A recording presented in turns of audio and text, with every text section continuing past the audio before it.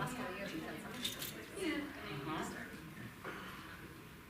You know, there's only 3 of us. We should all just have the board meeting from the couch. Yeah. That's a great idea. Too late, we're already sitting. You're fine. I meant us. I know you did. Oh, Mr. Timmons. Hello. You look very The nice. hottest night of the summer so far, and you're Yeah. all in sport clothes. Yeah. The graduation was hot. Yeah, it was toasty. Holy smokes. I mean, It we was still toasty. parties have time now. The mic should be on this time. I remember to check. I wonder how that would look. I think you should wear the city shorts. I think you get extra, Oh, I think you get extra credit if you just rip it right off. One of the graduates at that's like Rails major graduate. league. He was toward the end. Oh, That's what I'm thinking of. Did you just Maybe say- must have ordered Major the wrong league? Oh my Yeah. God.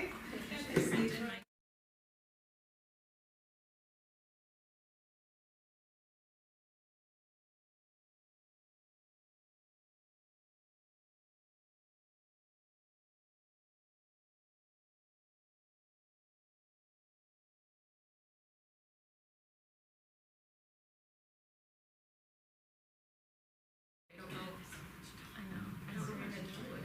Ready? Why not? I got that. Mine is super short. I'm being very precise this evening. Don't sit here. Warning you now. You'll go for a ride. Or I lock your hereby wheels call this first. River Trails School District 26 Board of Education meeting to order at 6:42 p.m. Please call roll. Bianchini is absent. Camardo? Here. Friedland here. Grimpy is absent. Johnson? Here. Pfister? Here. And Ronstadt is absent. We have a quorum. I would like to entertain a motion and a second to go into closed session for the matters of personnel, students, and negotiations at 6:43 p.m. Moved. Second. Moved by Camardo, second by Johnson. Call roll.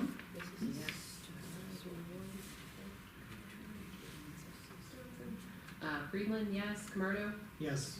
Pfister? Yes. And Johnson. Yes. Motion carries.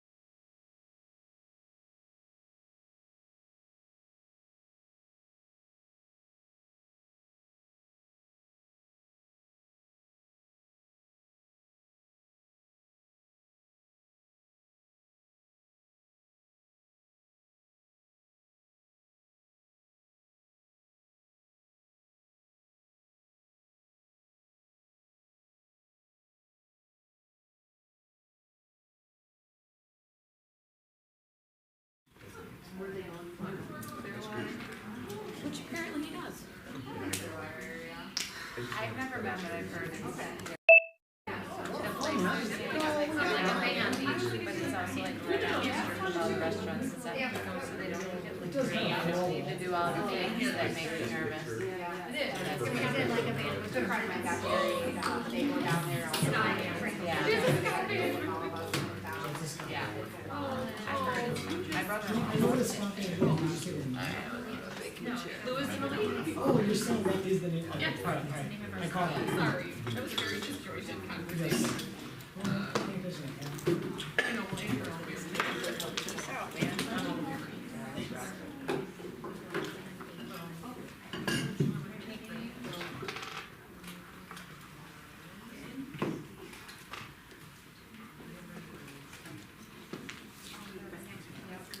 I hereby entertain a motion and a second to resume an open session at 7:14 PM. Moved by Johnson, second by Camardo. Camardo, Yes. Friedland, yes. Johnson, Yes. and Pfister. Yes. Motion carries. For everyone who would stand, I'd like to lead you in the Pledge of Allegiance.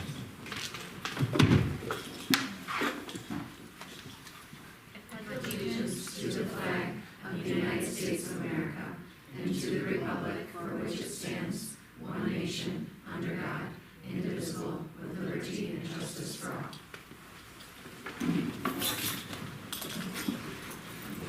Next on the agenda is the consent agenda. It's an action item. Looking over the consent agenda, are there any items that a member would like to remove and further discuss, or is there a question of clarification? Hearing none, I would like to entertain a motion and a second to approve the consent agenda items in its entirety, which include the following: Board of Education meeting minutes from May 5th, 2026, Board of Education closed session meeting minutes, May 5th, 2026, Board of Education special meeting minutes from May 19th, 2026, Board of Education special closed session meeting minutes from May 19th, 2026, personnel report, actual payrolls, bills, and checks, electronic equipment recycling slash disposal, renewal service contracts, workers' compensation insurance, fiscal year 27 property and liability insurance, resolution to transfer funds from the education fund to the operations and maintenance fund, resolution to transfer funds from the operations and maintenance to capital projects, board agreements, board slash superintendent communications expectations. So moved. Moved by Johnson, second by Freeland. Friedland, yes. Camardo, Yes. Pfister, Yes. and Johnson. Yes. Motion carries. Okay, at this time, I invite any RTEA members to approach the board for comment. No, none. All right, at this time, I'd like to recognize any members of the audience to approach the board with their comment or question by completing a visitor comment card.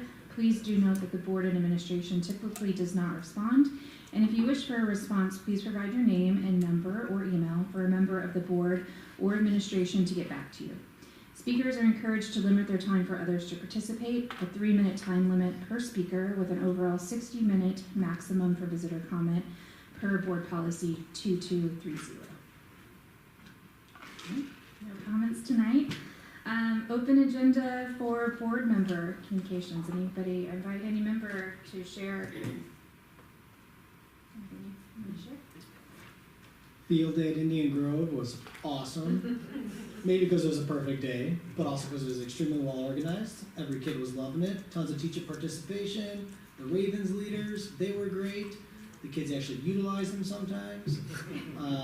Yeah, overall, great tradition of an event, and happy to be invited to attend. Thanks.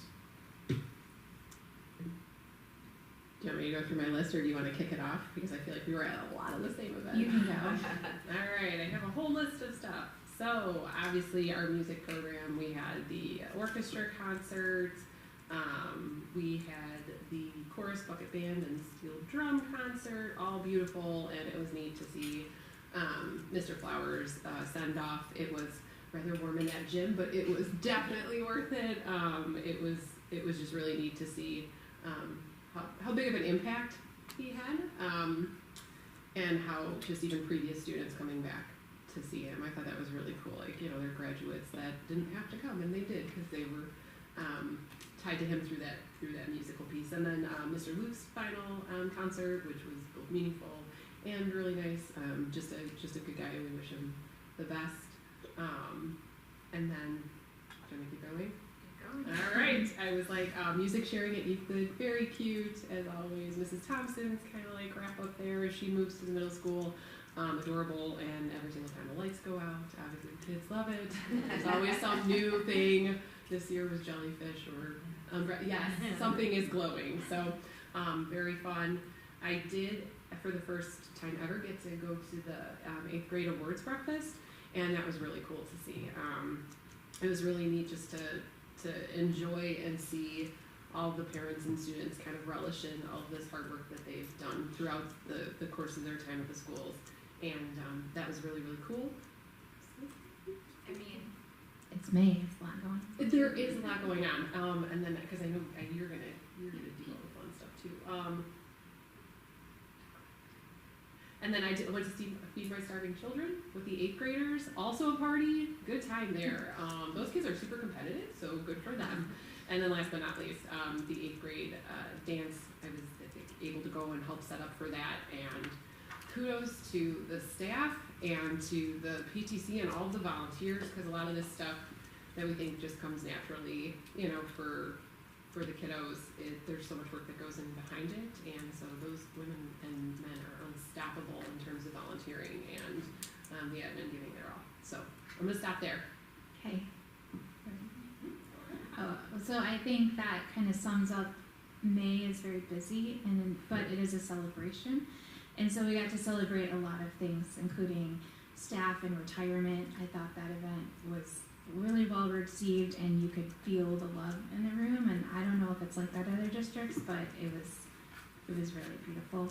And then the other big celebration was 8th grade graduation, and I know it's a lot of work to put together, but I think it's important and kind of shows, like, it's one of our favorite days of the year, I think, to be there and see families cheering their students on and saying goodbye, see you later, not goodbye. So, yeah, so thank you. okay, what's up next? Education services, information action item, district and building end of the year report. Well, everybody's here. Good to see everybody.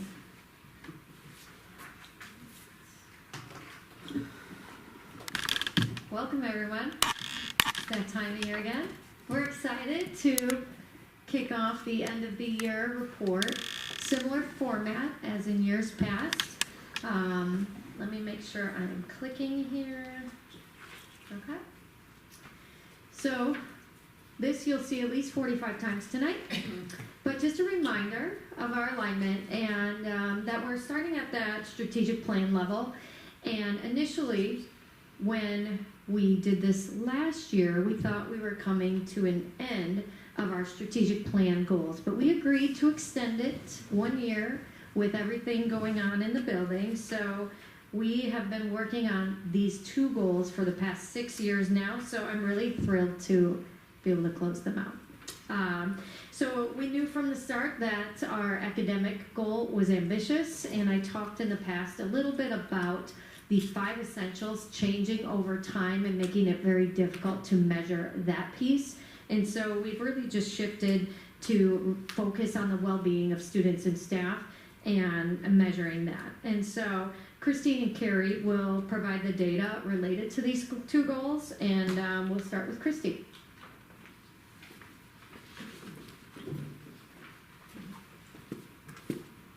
Good evening, everybody. So I am here this evening to present hopefully some data that looks very familiar to you from previous years. As Jody said, we're here tonight to kind of celebrate and wrap up our strategic plan that has really run for the duration as we get ready to launch our new strategic plan as early as next month. So I'm going to be speaking very much in terms of how we wrapped up in terms of the end of that data versus how we will be looking forward at data moving forward with our new goals and our new targets. So in front of you this evening, you are looking at the growth data in both math and in reading. I actually sat on a webinar today as we're looking toward the new accountability matrix that the state is launching for the fall. And I felt very affirmed in what we're doing, looking specifically at growth, because they measured when you have growth targets in your district, you're looking at every single student. You are looking, at where they're starting, where they're finishing each year, and you can be confident that if you're measuring growth, you're doing well by all students. Versus just having that proficiency outlook where you're looking at a very small group of students that you want to move over that proficiency benchmark. So I wanted to share that today as we reflect on all of this growth data to know that we are indeed looking at the right metrics to make sure that we're meeting the needs of all our students. So on this bar graph this evening, you see a couple different things. First and foremost, you see math data. You also see reading data from the 25-26 school year. You see a purple line there that looks at typical growth of an average student over the course of a given year. And then you see that red line there. And that red line indicates our strategic target that we set back when we launched our strategic plan. We set, as Jody said, a very lofty goal when we reached and we strove toward that 65% of students meeting their growth target. But you can see that we did a really tremendous job, especially in the area of math, when it came to hitting that growth target of 65. So in 5 out of our 7 grades that are measured by NWEA, we are proud to say that we met that target. And in our district as a whole, 66% of our students met their growth goal this year, which is a fabulous way to celebrate the end of the strategic plan and another fantastic year. You can obviously see by our reading bar graphs there that our scores are not quite as high as we do see in math, and we have not yet hit that 65% target in the area of reading. However, we are still climbing above that typical growth target that you're seeing on that purple horizontal line there. And we do have all of our student groups and all of our grades exceeding that typical growth marker, which we are proud of. However, I wanted to dig a little bit deeper into the reading data because it's hard for me when we don't hit a goal, even though if it is set at a lofty target. So I wanted to look at and do a comparison of the growth across all of our measured grade levels from last year to this year. As you'll hear more from our principals tonight, you know that reading has been an area of focus for us over the last several years. And so while we didn't meet that target, we want to be sure that we are in fact growing and moving our students forward. And you can see, as evidenced by this graph here, that we have shown significant growth in nearly every single grade level from the 24-25 school year to the 25-26 school year. We went up on average 8% in each grade level and 8% in our overall category. So while we didn't quite hit that 65% target for growth, we did show tremendous progress in reading this year. This next graph, again, as you've seen before, looks at both achievement data as well as growth data kind of on a side-by-side basis. Achievement data, when you think of percentiles and when you think of rankings and in what percentile is my student or is my school performing, how are they outperforming the norm? You can look at that blue bar there and you can see the data on the left-hand side to see that our achievement is slowly climbing each and every year. So back in 22-23, we were performing at the 70th percentile in median achievement, and this year we hit that 75%. So that's great for us to see in terms of achievement in math. And in looking at growth, again, you can see that we've had some tremendous growth over the year, especially last year where we hit that amazing high of 82% in individualized growth. But with some of the norms shifting this year, we've kind of resettled back down to that 66%, however, still hitting our strategic target well above 65. Transitioning over to literacy, again, the same representation for you. You can see that in literacy, we are still growing in achievement. We've moved from 63 up to the 66th percentile in the area of achievement, and in growth, we started at the 46th percentile, and we have climbed to the 59th. So while we're not where we want to be, we are very proud of the progress that we're making. And while not a strategic target, this is a data point that I do like to present every year to you, and this is referencing our multilingual learners. We have many multilingual learners in our district. Every year our percentage of multilingual learners is slowly climbing. We measure the progress of our program, our multilingual program, by the number of exits that we see each and every year. However, I would be remiss not to note that it should typically take a student approximately 7 years to truly acquire a second language. So depending on the number of years students have been in our district receiving instruction, the number of exits can wax and wane depending on at what level they're coming in.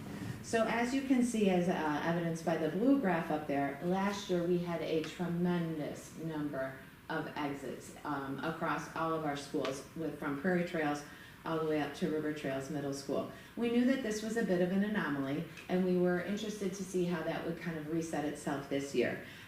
You can see that we still had 49 students exit this year, which is still a very high number for us.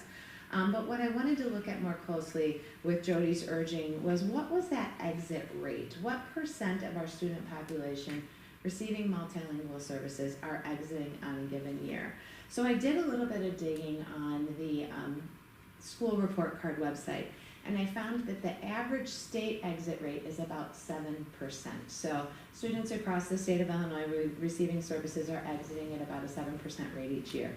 This year we exited 17% of our students. Last year we exited 23% of our students. This tells us that our programs and our systems are working. So I wanted to bring this data to you this evening because I wanted to thank you for the support that you've given us for our multilingual programs within the district. I have come to you twice in the last couple of years asking for increase in staffing to support our multilingual learners, and this data really just shows evidence that we are doing a good job with those resources. So transitioning over now, I'm going to pass the microphone on to Dr. Cohen. Do you want?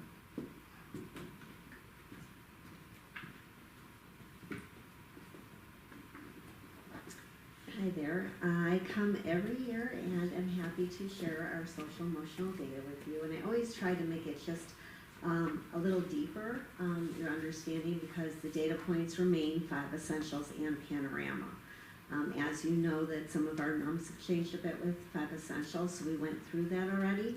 But as you can see, our district data looks really good, and our social emotional programming is strong, and the supports across the district. This looks both at information from students, from staff, and from teachers.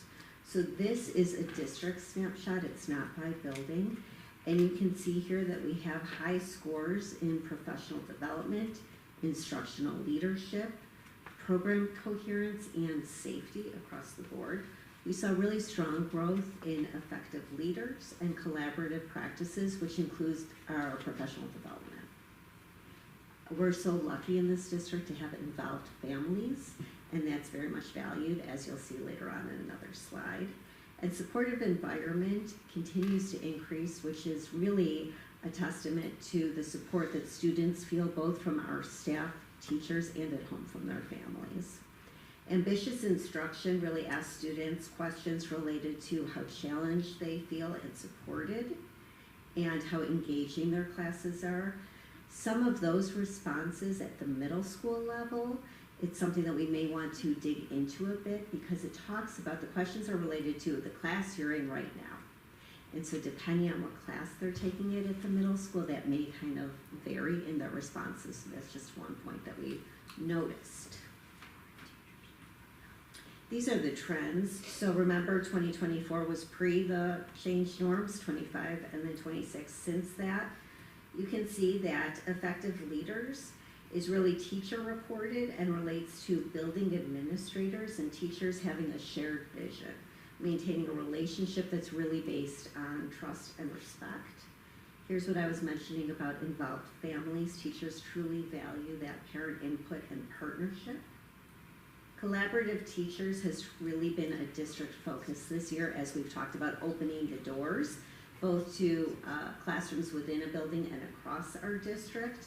We've seen significant growth in this domain, particularly professional development, collaborative practices, and school commitment, which is all teacher reported. Supportive environment, which we've talked about before, but just a reminder, measuring how safe, demanding, and supportive students perceive school to be. We've really seen significant growth in student-teacher trust, which shows that trusting relationship that they feel with their teachers, and that they feel that their teachers are trustworthy and there for them regardless of their needs. And then ambitious instruction we talked about. So that was 5 essentials. Now switching over to Panorama, which is another one of our SEL data points that looks a little bit at some different domains. So I wanted it to look a little bit different and really pull out some strengths that we saw by grade level bands. So multiple topics rank around the 90th percentile nationally. Belonging really significantly outperforms our national comparatives and shows that we are strong the 90th percentile for staff, a little bit lower 80th for teachers. We do separate out staff and teachers for Panorama because some of the questions relate to how do you feel prepared to teach your class as opposed to staff, which may involve related services, paras, and other staff across, so we do separate it that way. Grade 3 through 5, we see strong improvement in emotion regulation and challenging feelings. Remembering that K2 teachers report for the kids, 3-5 and up students report for themselves.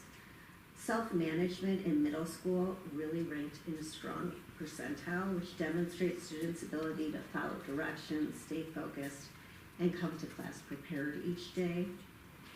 And then we saw really strong teacher efficacy.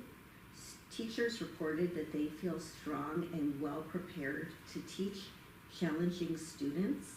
It went up 11 points, which is a significant growth. And it's been a huge focus of our PD in partnership with NSSEO, so that was nice to see. And then another area that they really felt very strong in was meeting needs of advanced learners. So that was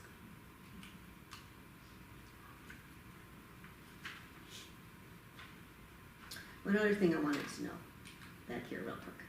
For social awareness, we're really looking at how students feel they're able to take different perspectives and handle challenging situations.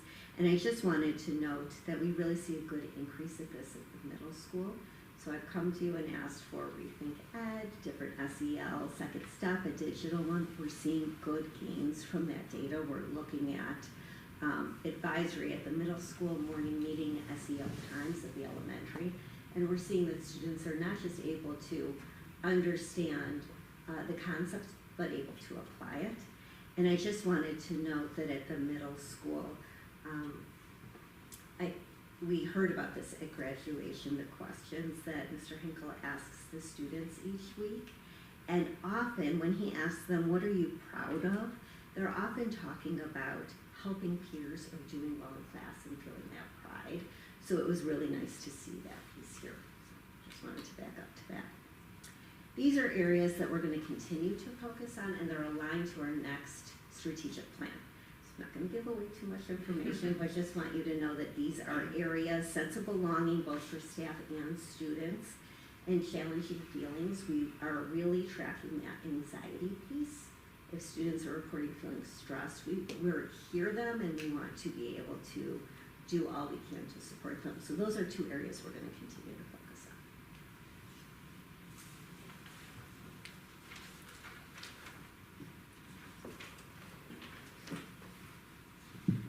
on. Okay, so moving up that triangle and getting a little bit more narrow here with our district goals from this last year. So our big goal last year was simultaneously strengthening and anchoring existing practices into standard organizational systems while addressing lagging or missing components in order to drive student growth by, and we had 2 non-negotiables that we really honed in on with the administrative team. One is spiraling back with purpose, and the other one was leading from the classroom.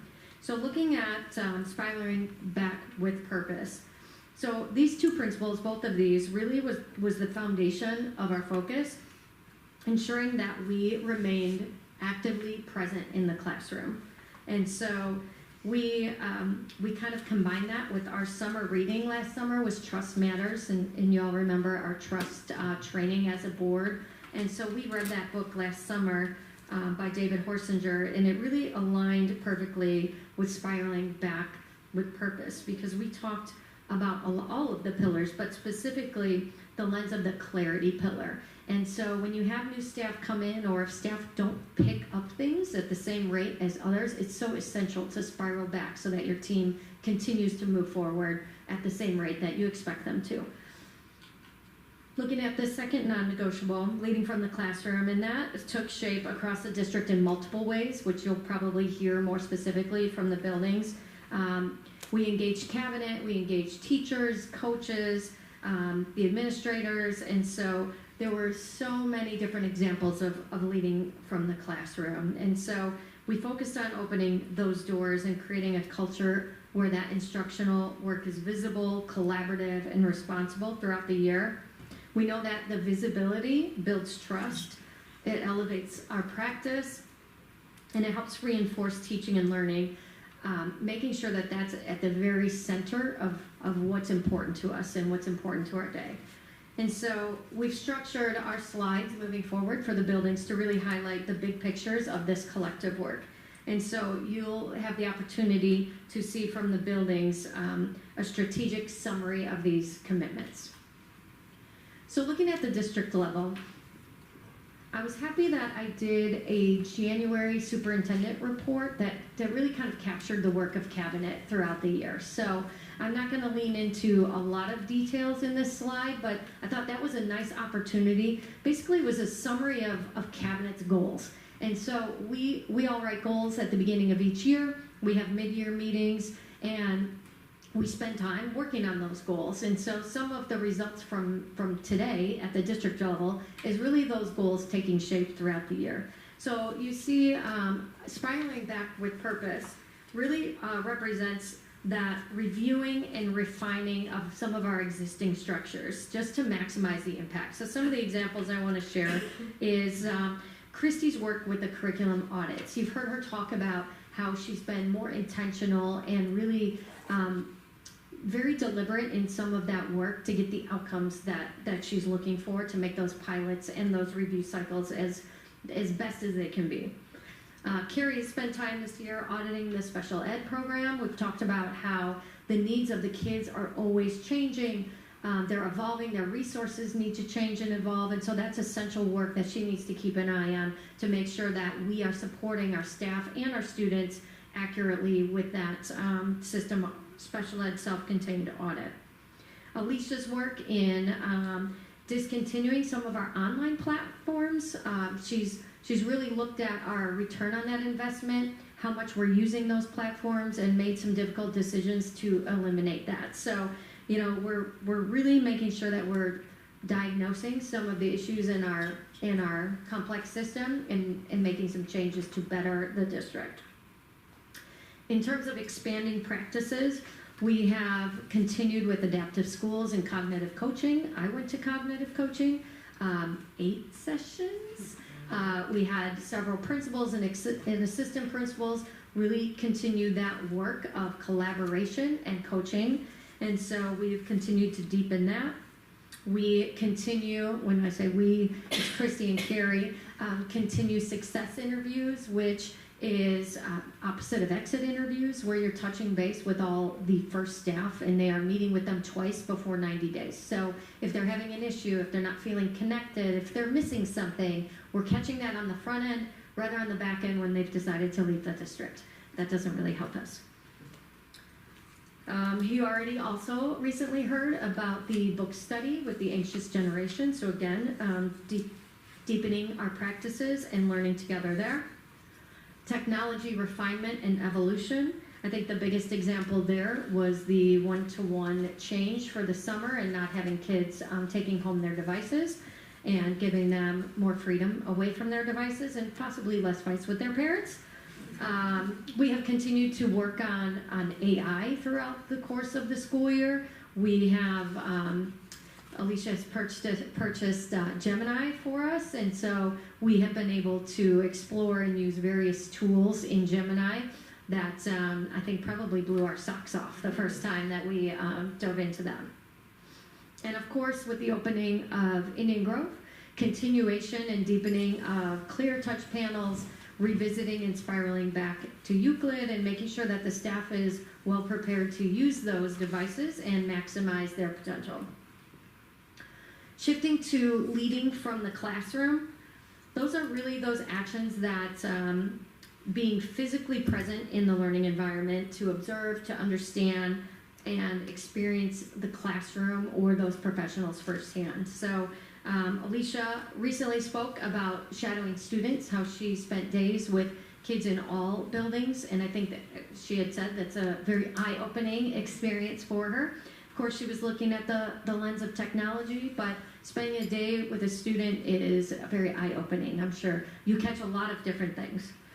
Our building coaches led supported learning walks with teachers, and that was really the core of Open the Door. So I'm not going to talk a lot about that because I anticipate you'll hear more of that from the buildings.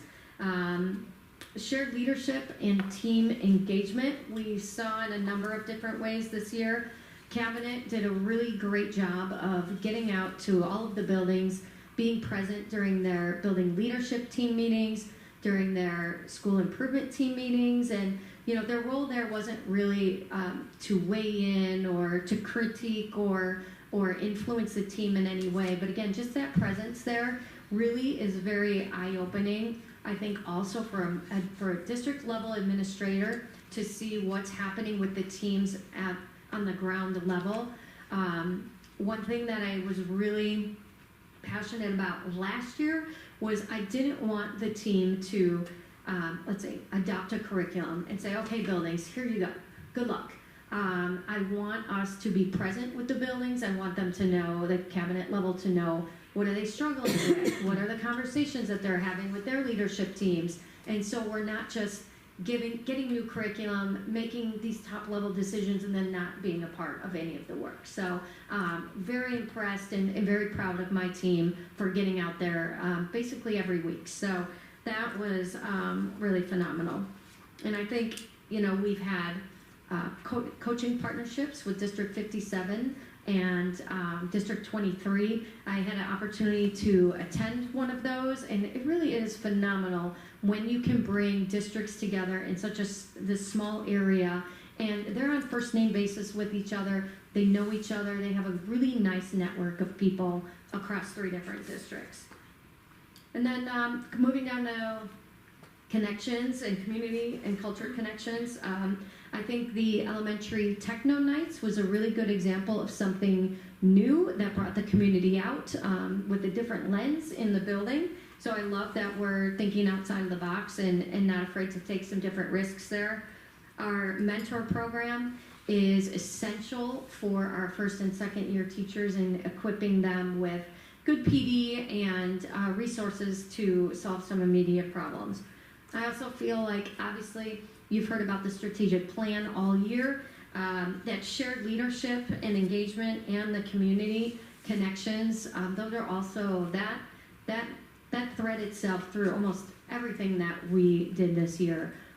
So again, I know that was a little bit long-winded. You heard about some of this work when I talked about the cabinet goals, but that's kind of where we are at this year at a district level, and I would love to share more, but I think when I come share every year, these are all very different and new things. So I appreciate my team. I'll say this again at the end, but they're not afraid to take risks, and they're not afraid to really try new things, and our outcomes have been super great. So very proud of our work at the district level. Okay, transitioning now up the triangle to the schools, and I will pass this over to Amy. You guys are all going to stand in support. That's right. All right. All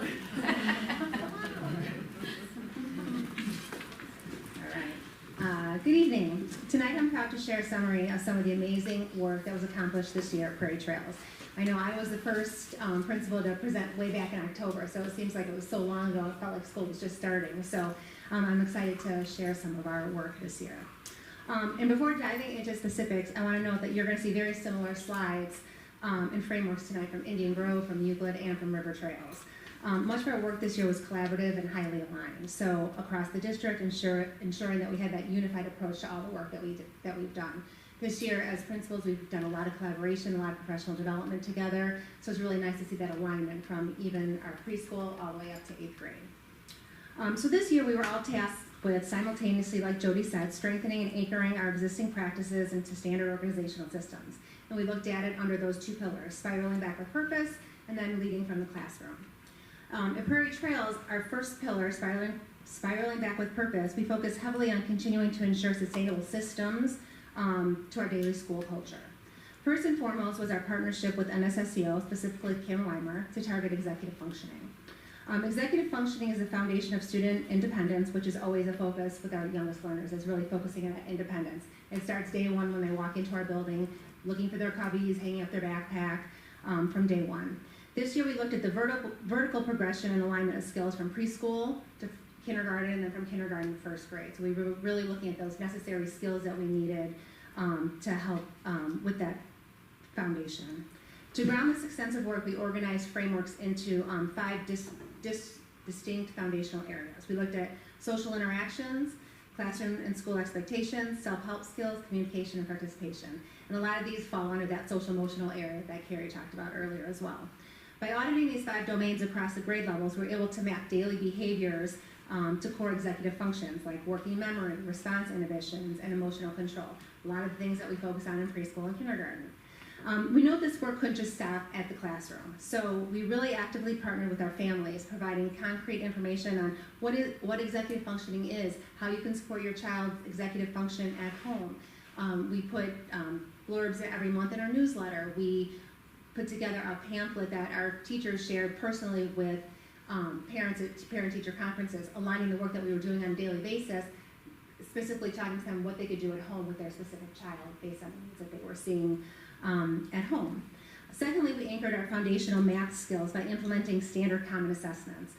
This is our 3rd year of our newer math curriculum, so we really spent a lot of time deep diving into the assessments that we would need to be able to have that common data discussions across the board. They become a really valuable tool for our staff to provide clear, tangible metrics that will help drive, like I said, that meaningful student data discussion. It ensures that everyone's talking about the same language, talking about the same data, and then really being able to talk about that progress that their child is making. Finally, we continued our work as we did last year on differentiation, both academically and social-emotionally system-wide. Teachers used targeted strategies to ensure every tier of learner was supported. Our classroom continued to integrate visual schedules, timers, to help assist with task initiation. All those executive functioning skills were kind of coming all along, looking at the differentiation, how we're able to differentiate for individual students as well. Looking at the other side, that leading from the classroom, our second pillar, was all about opening the door to collaboration and that instructional transparency. So to highlight this effort, like Jody talked about earlier, was the learning walks. Natalie and myself, we visited classrooms along with teachers, and we were observing specifically the executive functioning support. So everything that we were working on from the very beginning, we were able to weave it through everything that we did every year. We talked about it in our building leadership teams. We talked about it in our school improvement teams. So really everything was aligned with that central goal in mind this year at Prairie Trails. These learning walks allowed us to audit our environments. We had a really good idea of what was happening in classrooms, maybe what wasn't happening in classrooms, and then how we could go ahead and have that support for our staff. They allowed us to look at the structured environments, and the biggest part of it wasn't just observational. We were able then to come back and debrief and really go back then and share as a staff all of the great things that we saw in each other's classrooms. I know if you spent any time in our lunchroom at Prairie Trails, you probably saw posters up along the boards and for each staff member. So we were able to really talk about what was happening in everyone's classroom. They were able to ask questions about it and then implement some of those ideas into their own classrooms, which was a really nice collaborative way to help build that trust, as we were talking about that Trust Matters book. So we kind of wove it all through everything that we did this year at Prairie Trails. This year, our 4 building principals, we worked hand in hand to collaborate and plan professional development, specifically designed for our building leadership teams. We intentionally used adaptive school strategies. We focused on building the capacity of our teacher leaders, empowering them to facilitate collaborative groups in their own small teams, to be able to lead with inquiry, and then to drive instructional excellence within their own individual teams to become leaders in the classroom. A prime example of this leadership in action was our ELA pilot. We had our teachers take the reins on exploring and evaluating different curriculums, but then these were the teachers that helped lead our pilot. They helped with professional development, so we're on board and ready to go for the fall. By systematically merging these 2 pillars, we were able to be in alignment with Prairie Trails and then across the district as well. Prairie Trails has shifted from isolated classroom successes to really looking at that whole building efficacy and looking at our whole ecosystem really as being collaborative and trusting, which is something that we've been striving for at Prairie Trails. We've been able to give our youngest learners the visual, emotional, and organizational scaffolding they need to thrive socially and emotionally. So that's a quick snapshot of Prairie Trails, and now, take it over. Bill and I were just quietly saying that we could just say what she said, and then the 2 of us could leave. We all 3 of us leave Kyle up here, but I will. Yeah, sorry, Kyle. They're a little different in middle school. No, I don't want to be redundant, so I am gonna kind of not skip over, but I'm not gonna get into too much detail of the similar things, but you will hear some of the same. You will hear some of the same things. Oh, I have to change that. Sorry. That's okay. I'll try and remember to do it for you. But one of the things I started with, and I usually like to tell a little story before I speak. Sorry, Kyle.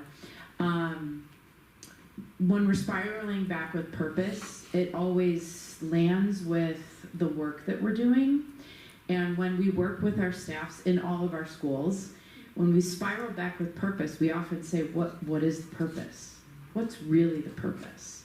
And so when I was thinking about this conversation tonight, and I remembered the stories that I told the last 2 years that reflected the goals, I just wanted to say that how do we know we're meeting our purpose? Christy shared all of these the achievement and the growth. We have the surveys to show how people are doing emotionally and socially. So those pieces of the puzzle are important. But when I think about that last week of school, there's 3 things that come to mind. The happy masses at our school bash. So I know Jody was there, and Bill was there for a long time, and you were there for a long time, a little bit. I saw you, so you got credit. But the handshakes, the laughter, the unabashed dancing by both kids and grown-ups, and the endless hugs. So many hugs. It's when we learn that students who are a part of our self-contained special education program, who you met when you came to Euclid during the winter, that one of those students and another student who actually graduated from that program into a lesser intense program, 2 of the 3 highest honors were received at our graduation or our promotion ceremonies. 2 of those students. The greatness that we're getting out of kids because of the investment we're making into our students. And that final day of school, quote, "I've never seen so many kids crying." At Sorup, in the hallway, at car pickup still. I don't want it to end, Miss Daly. I'm gonna miss this place.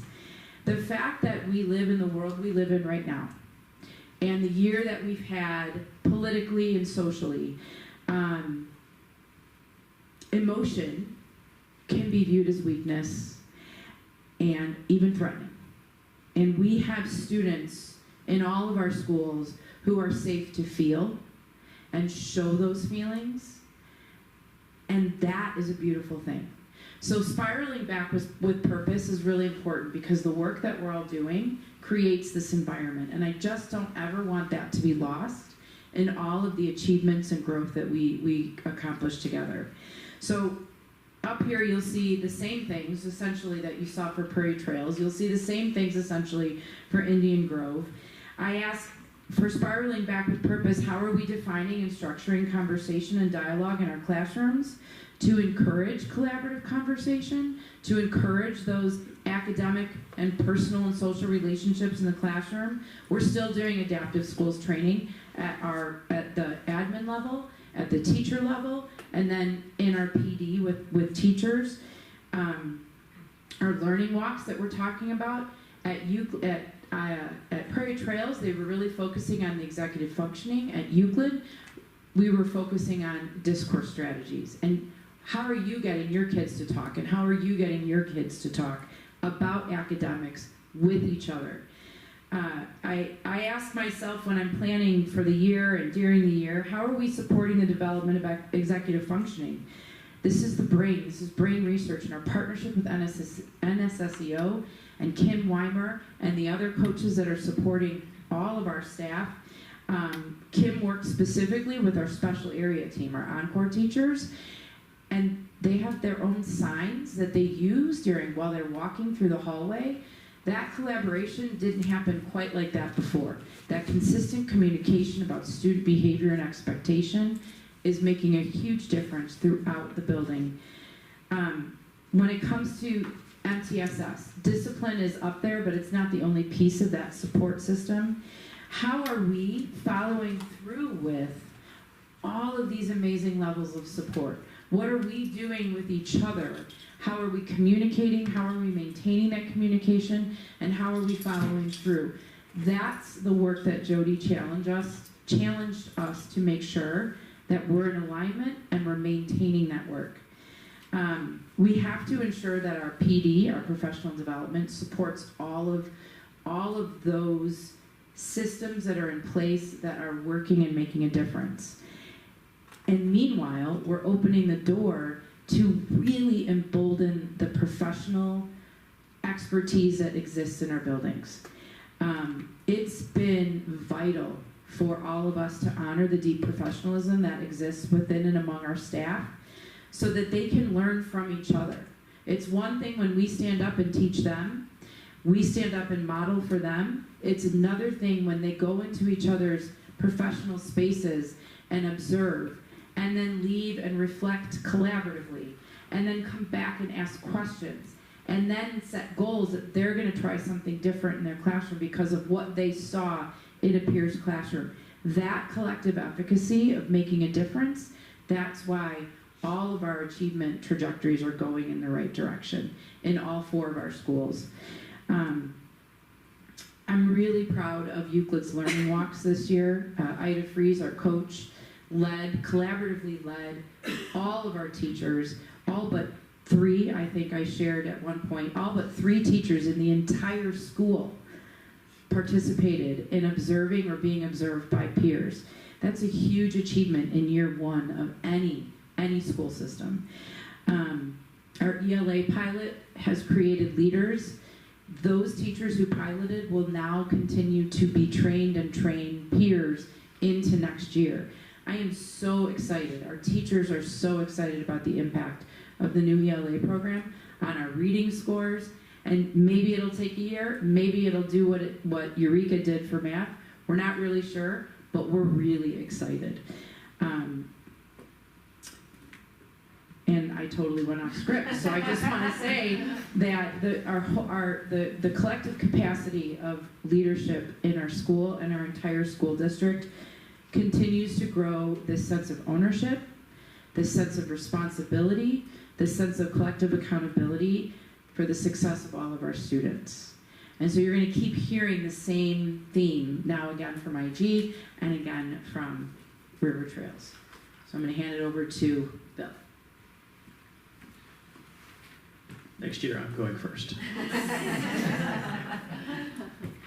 So yeah, I mean, a lot of the stuff, like Ms. Daly said, everything on the screen is the exact same things that were on the screen for her. It's the exact same things that were on the screen for Mrs. Batesman when she was up. When we talked about spiraling back with purpose, that really for us centered around the idea of systems, and it's something that's been a focus of ours the last couple of years, really trying to get on the same page with a lot of what we're doing, especially with Euclid and Indian Grove, but within the entire district as well. As James Clear says, you don't rise to the level of your goals, you fall to the level of your systems. So Ms. Daly talked about the importance of investment and the time and the energy that we put into our people and our systems are what help to build that cohesion through the building, through the district, in everything that we're doing. When you had a chance to come to IG in, I don't remember when that was. It was cold. We talked a lot about, as Vanakan shared, about the opportunities that people are having to work together with their planning and the investment and the time they put into making sure that there was cohesion within grade levels in what they were doing. And we wanted to make sure that our focus was in place and we were still focused on the right things. Our building focus areas haven't changed from year to year because we still believe that they are worthwhile goals to keep going after. The idea of giving students opportunities to talk to each other, to listen to one another, and to write about what they're doing, because when they're doing those things, they're the ones that are doing the thinking. Ms. Daly talked about and Ms. Batesman talked about the emphasis on executive functioning this year.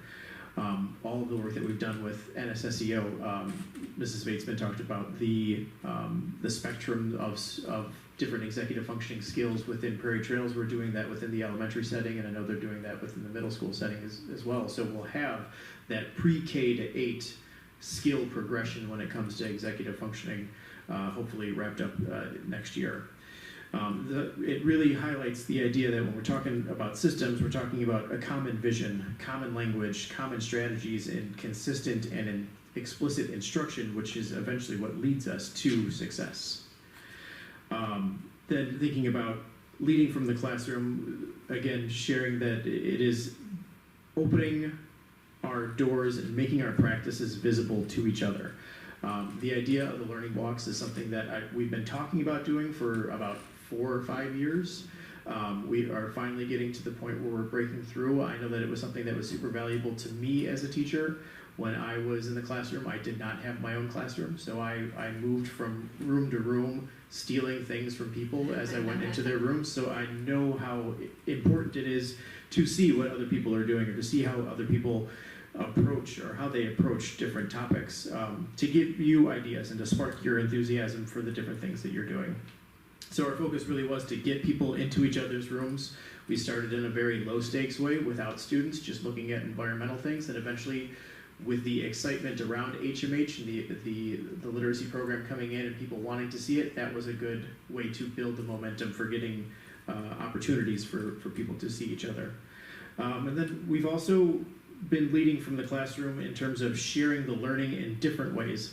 Our PTC has been awesome this year with getting people into the building and getting events, and between literacy nights, the tech nights, the art show, we're showcasing the stuff that's happening within the room to the entire community and not just within our building as well.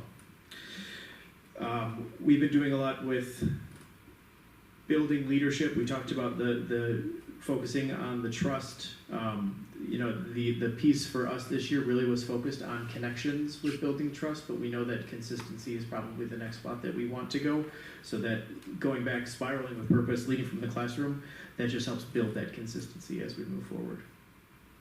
Kyle, take us home.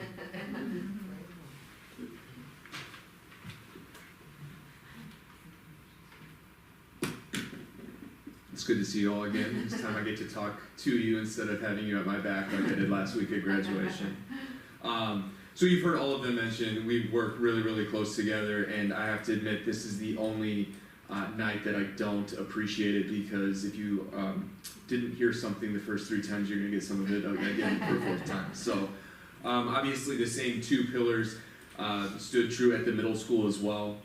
And what we really did this year that was nice is we really took advantage from learning from our practices from the 24-25 school year, taking a look at all of that data in comparison to our goals that we had last year and what we did to work towards them, and really analyzing what was effective, what we needed to change, and what was the driving factors behind that was feedback from our staff, and really leaned into that. So because of this, we made a big emphasis to really continue on intentional and our targeted professional development. And this was done in many areas. Actually, Tara Nunes spent a lot of time, I shouldn't say a lot of time, some time out of the building with members of our math team and Krista Seifer at the District 214 Math Collaborative. We're in year 2 of a new math curriculum. So really, it instead of just continuing as is, we really took it to another level this year in, first and foremost, just expanding our network and casting a wider net on who we can connect with, talking to those at the high schools to make sure we're setting our kids up for success as they leave middle school here, as well as then networking with other middle school math teachers and professionals on what they do to make an impact in the classroom. Another one was our student dialogue and executive functioning.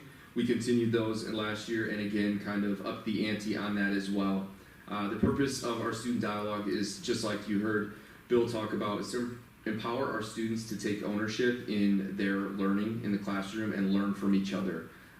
They get to middle school and they don't like listening to adults as much, so we really like to lean into how much they care what other students and peers around them have to say, and some of the conversations and things that kids will come up with on their own still surprises you, even though that's somehow what we expect.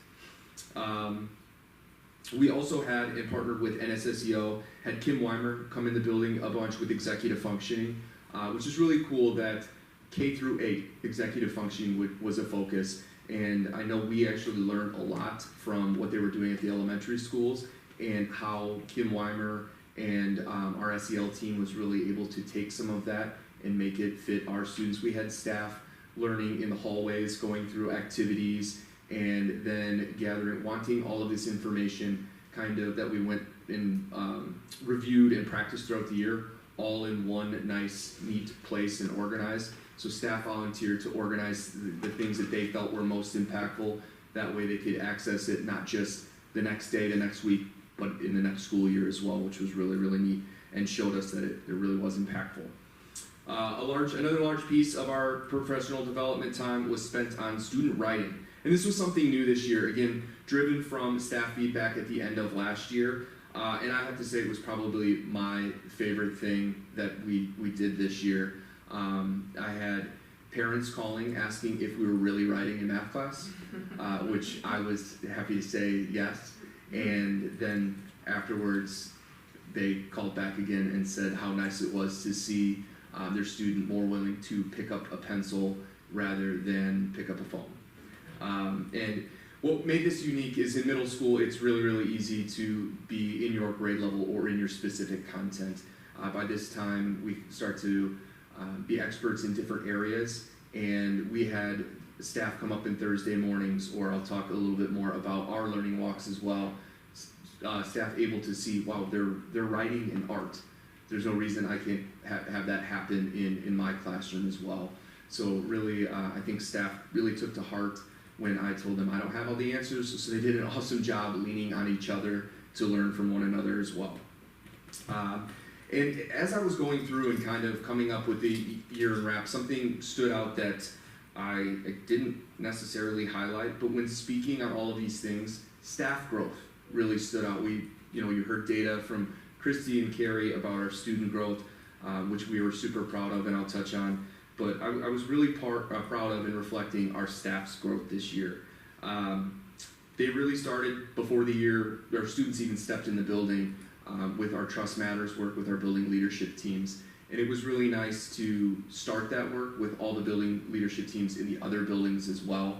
They worked both just within their building teams as well as with others. And I think that gave them a nice sense of, leadership can sometimes be a lonely place, but they had others to reach out to as well. It was a really good way to kick off the year. And then, like I said, our learning walks, our open the door was a theme. And again, really easy for staff to just be in their grade level or in their content. We had teachers observing other teachers in different grade levels, different contents, different buildings, and that just motivated more and more people to do it. We had a number of teachers visit a number of different rooms or open their doors to multiple people for the first time this year, and it is something that we will be continuing to practice next year and be more intentional on. They were able to see specific learning or instructional practices that we were targeting, our writing initiatives, student dialogue, those executive practice or functioning practices in use, as well as this was also a big year for us. It was our first year with the new ELA curriculum.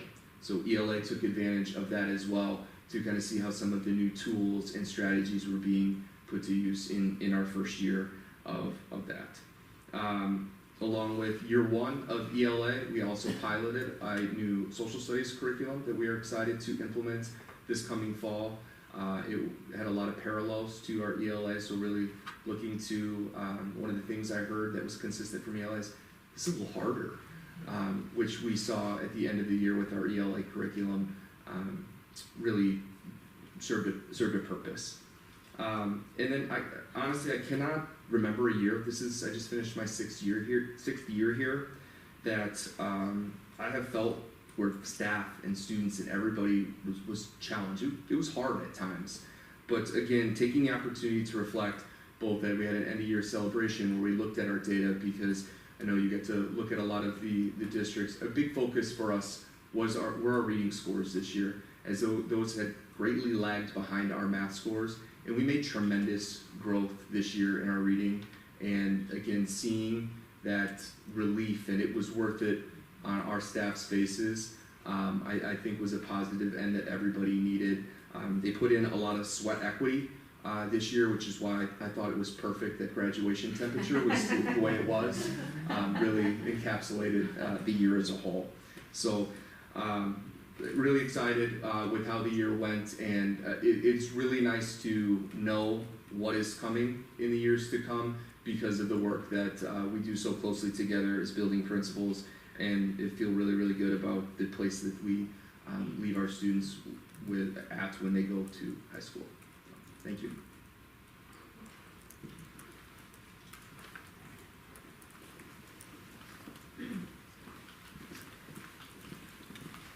So, just to wrap this up, I would say thank you to my team and how blessed I feel to have such an amazing team every year, but thank you just doesn't seem to be big enough words. You probably know that they come up and they talk so easily. Oh, we did all of this, you're gonna hear the same thing from this principal, and this principal, but their buildings are so different. Amy's different, obviously the population of kids. Indian Grove and Euclid, the kids are different, the parents are different, the teachers are different. And so, yes, they talk like they're easily doing the same things, but they are relentless at making sure they are working to meet these goals. It's not like they could say, hey guys, we're opening the door, you're gonna go observe your peers. It doesn't work that easy. And again, they are relentless at making sure that they are hitting these goals, making growth, and doing good things for kids. And so I love listening to them talk because they make it sound so easy, but it is challenging work to be a building principal. And so, you know, again, I thank them and my cabinet for all of the hard work this year, because there are some very challenging times during a school year, but they are solid instructional leaders. They are aligned, and I mean, honestly, I don't think I could ask for a better team to keep propelling us forward. I mean, our growth has been great over the last 4 years, and I'm just really excited to see where we continue to keep going. So thanks, everybody.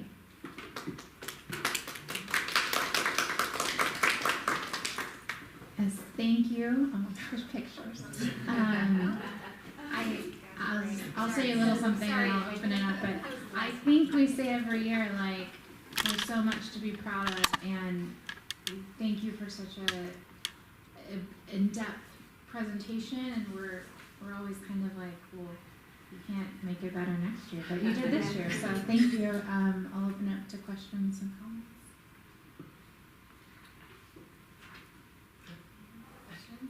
You're processing. That was a lot.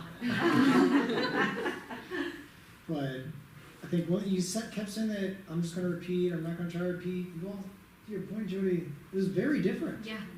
It was very different. I mean, good common theme. I think spiraling back started in the fall. I think it was the first time I heard the term. Was it from the book that you read? Is that where it came from? I think it was just tied to our district goals. Oh, but it was a sermon, and I clearly remember being in Euclid's library. That was the first time I heard it with your presentation, Karen. And that's my favorite theme, is that we're actually doing something to actually know that we want to come back. Like, so what's the purpose in giving this same end of year presentation over and over? And the purpose is to prove and show that what you've worked on actually, as an audience that's paying attention, and that there's public accountability for it. So I think if there's a purpose to this all the time, that's what I get as my takeaway. And I think you consistently are able to demonstrate that all the goals and the hard work that you're putting into it, you know, is showing good benefit. So as different as it is, and you know, the continuity that remains throughout, it's very impressive. To your point. So thank you. Individual questions. I started forming them in my head like 50 minutes ago. Can't keep up. So save it for the golf course.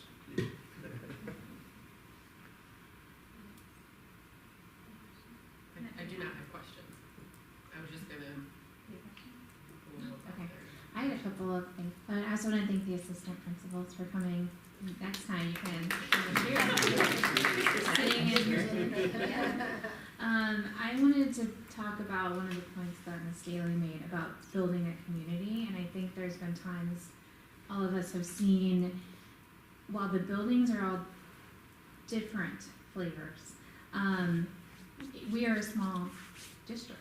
We all live very closely, and we have kind of tasked you with saying we are a community. So how can you share resources? I've seen it even with the PTCs, like, because you're modeling that you are sharing resources, you are talking to one another, I think it trickles down to everybody else. Seeing River Trails is getting better at seeing one community versus separate schools.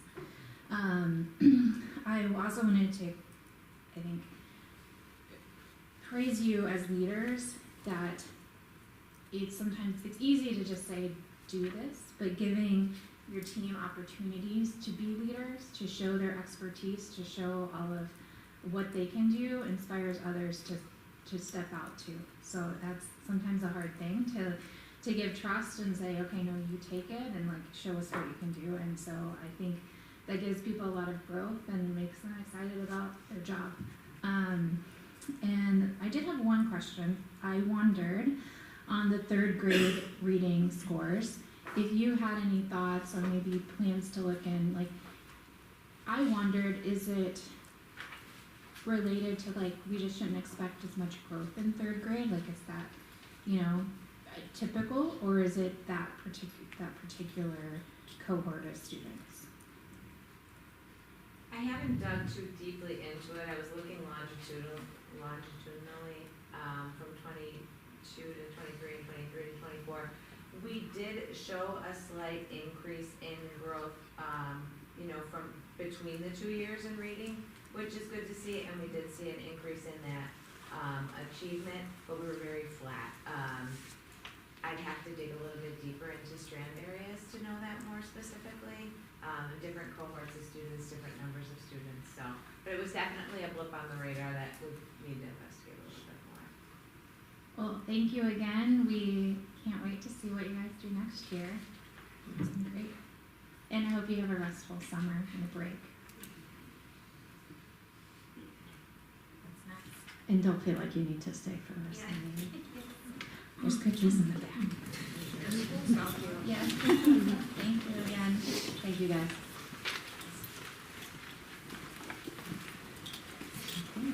Next is business services. This is an action item, administrative compensation 2026. So I hereby entertain a motion and a second to approve the presented 2026-27 salary schedule for district administration. The schedule provides an overall increase in total compensation of no more than 4.2% compared with the 2025-26 salary schedule. Moved. Moved by Friedland, second by Camardo. Pfister, Yes. Friedland, yes. Johnson, Yes. and then Camardo. Yes. Motion carries. Next, agenda item, action item, ESC support staff compensation for 2026-2027. I hereby entertain a motion and a second to approve the presented 2026-27 salary schedule for ESC support staff. The schedule provides an overall increase in total compensation of no more than 4.3% compared with the 2025-26 salary schedule. So moved. Moved by Freeland. I'll second. Seconded by Pfister. Johnson, Yes. Friedland, yes. Camardo, Yes. and Pfister. Yes. Motion carries. Okay. Last but not least, enrollment and staffing update. This is for information. Mr. Barry. Thank you. Just very similar to what we've seen the past few months. We did get close in kindergarten. We actually posted for a new position. However, then we lost a couple kindergartners, so we're still a few students away from actually needing to hire and create another section in kindergarten.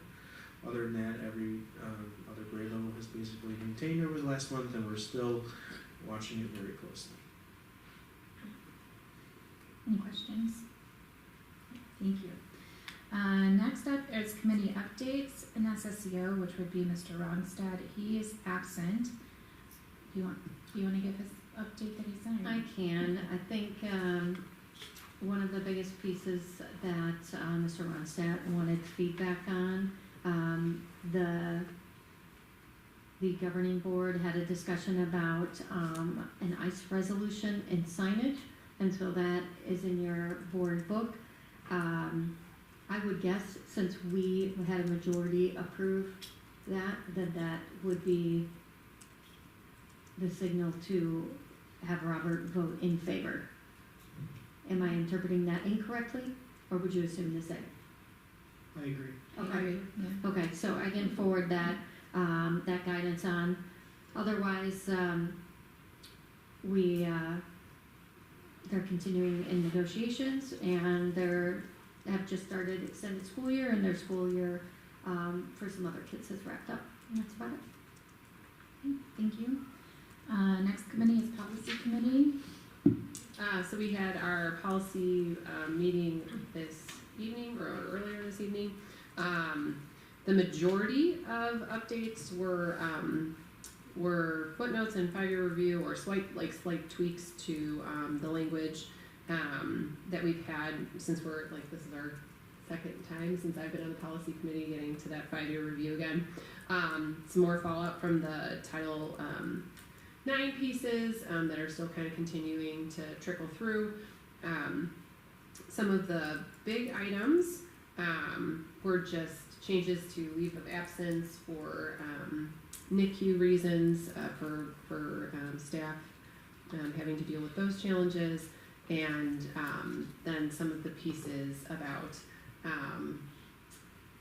oh my gosh, my brain, I'm so sorry, I have the worst recall, about sexual or sex ed information. Yes, the parent opt-out information. So please definitely take a read of the policy changes, and then those will be posted in July through the consent agenda for approval. Thank you. Finance committee. First item is the fiscal year 27 tentative budget. This is for information only. Mr. Barry? No. I wanted to say, you can go. Okay.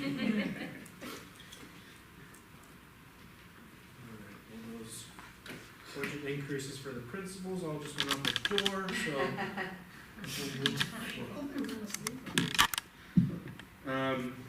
Thank you for having me.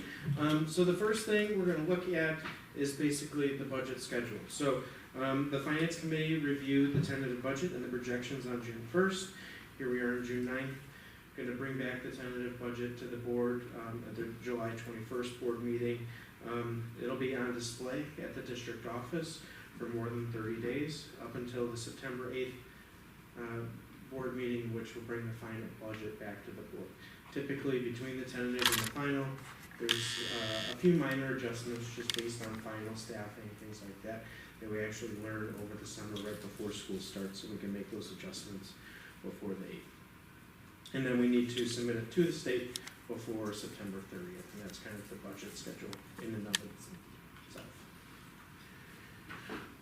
Moving on, the assumptions that we use for the fiscal year 27, that's hard to say. Revenue section is new property. Taxes are obviously the biggest part of the budget for revenues, so new property we're looking at about estimating 1.5 million. Tax collections 98%. These are all relatively similar to what we've seen in the past and what we've experienced in the past. Refund rebates at about 0.3 million per year. CPI, so we collect the second half of the 2025 taxes in FY27 in the fall, and that CPI for 2025 was 2.9%, and then we collect the first half of the 2026 taxes levied in in calendar year 27 in the spring. That levy was at 2.7%. Overall, we're maintaining interest rates at about 2.5%. When it comes to state and federal revenue, states remaining flat at 1.7 million.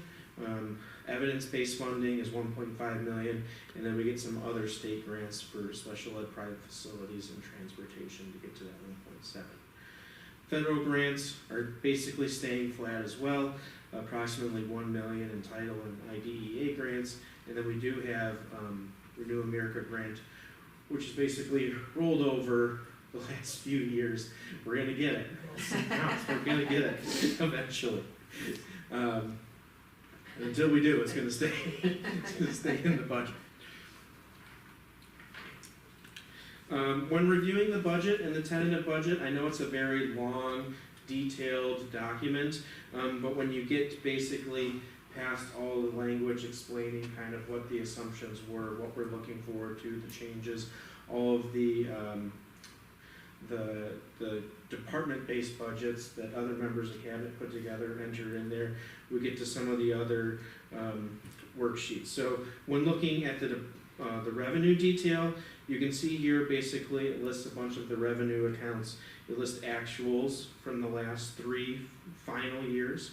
It lists this working budget, the actuals so far year to date, basically through April, and then the FY27 tentative budget.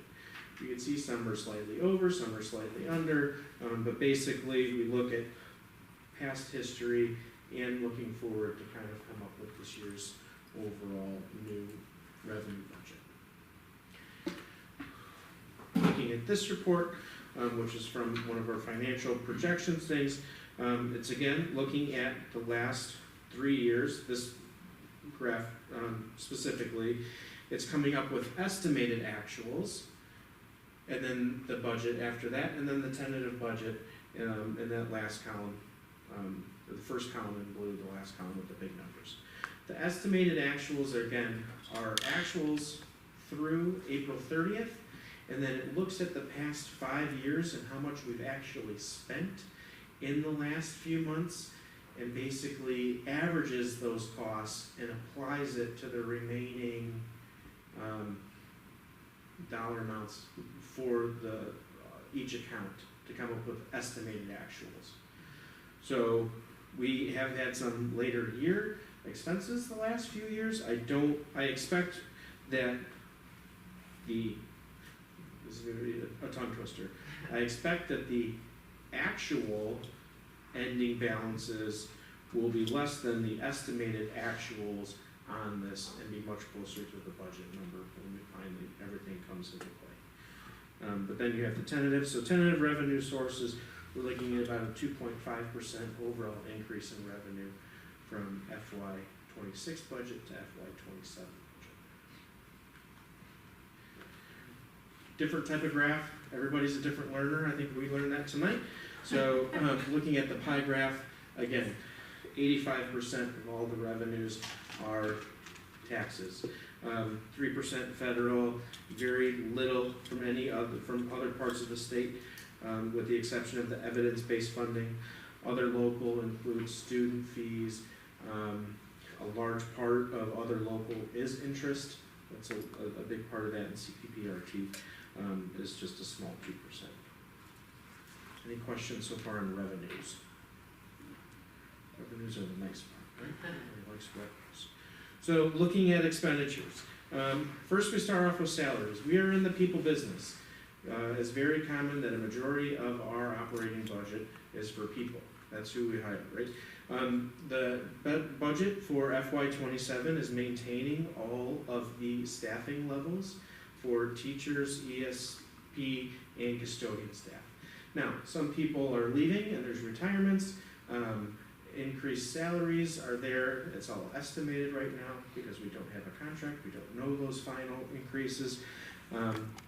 We know we are in staff in some buildings and maintaining in most others, or higher in some too. So if we have a staff member potentially leaving at one school, or we're hiring an extra one at another school, overall staffing levels are maintained from current year to next year. Employee benefits, overall medical insurance, I think everybody's heard, right, about the increases overall just in society alone. Schools are no different and have been hit very hard too. So overall we're looking at an over 14% increased costs in our HMO premiums.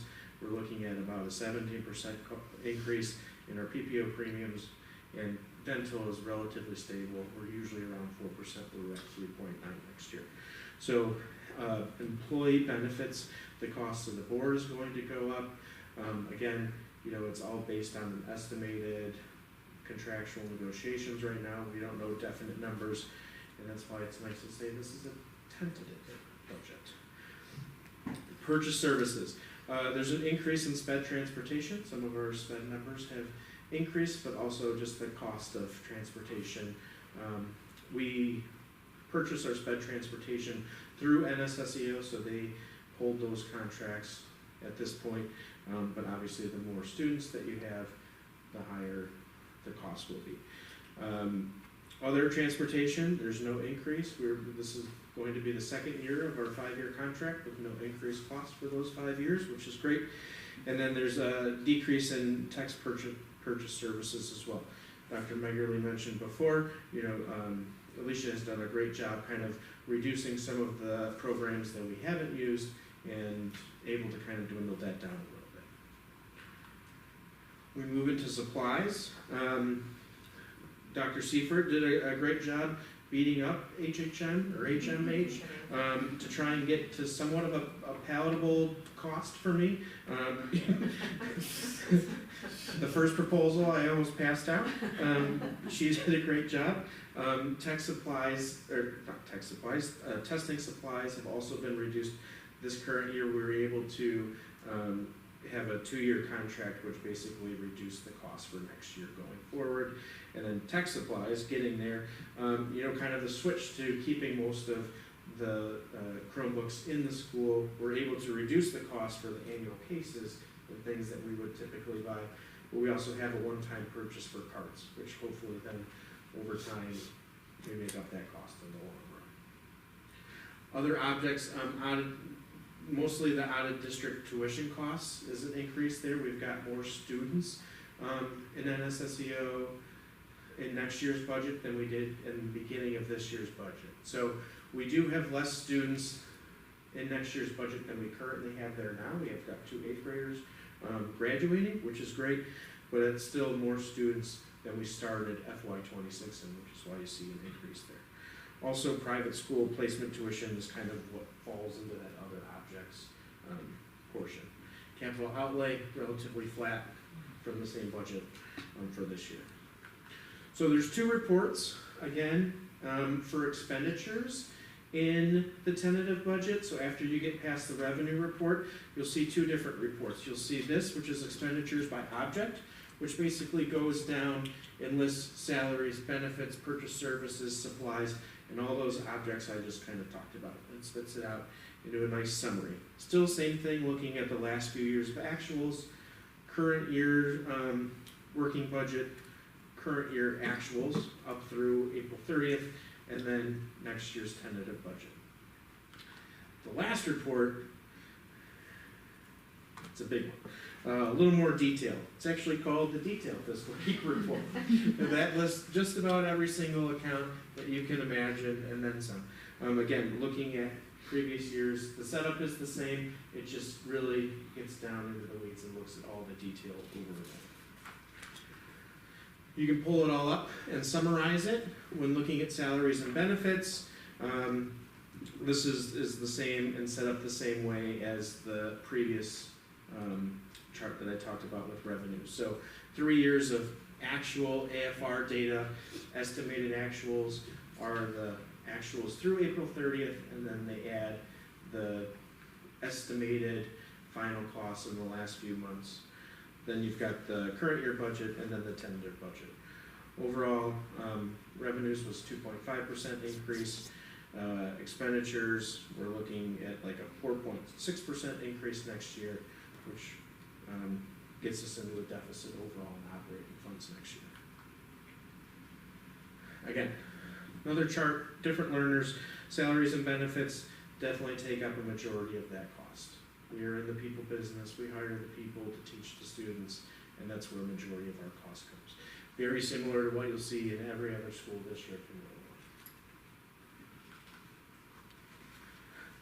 When you put it all together, one final, chart, it basically breaks it all down. At the bottom, kind of what we look at the budget for FY26, we were supposed to end the year at about an 84% fund balance. The estimated actuals have us at 81.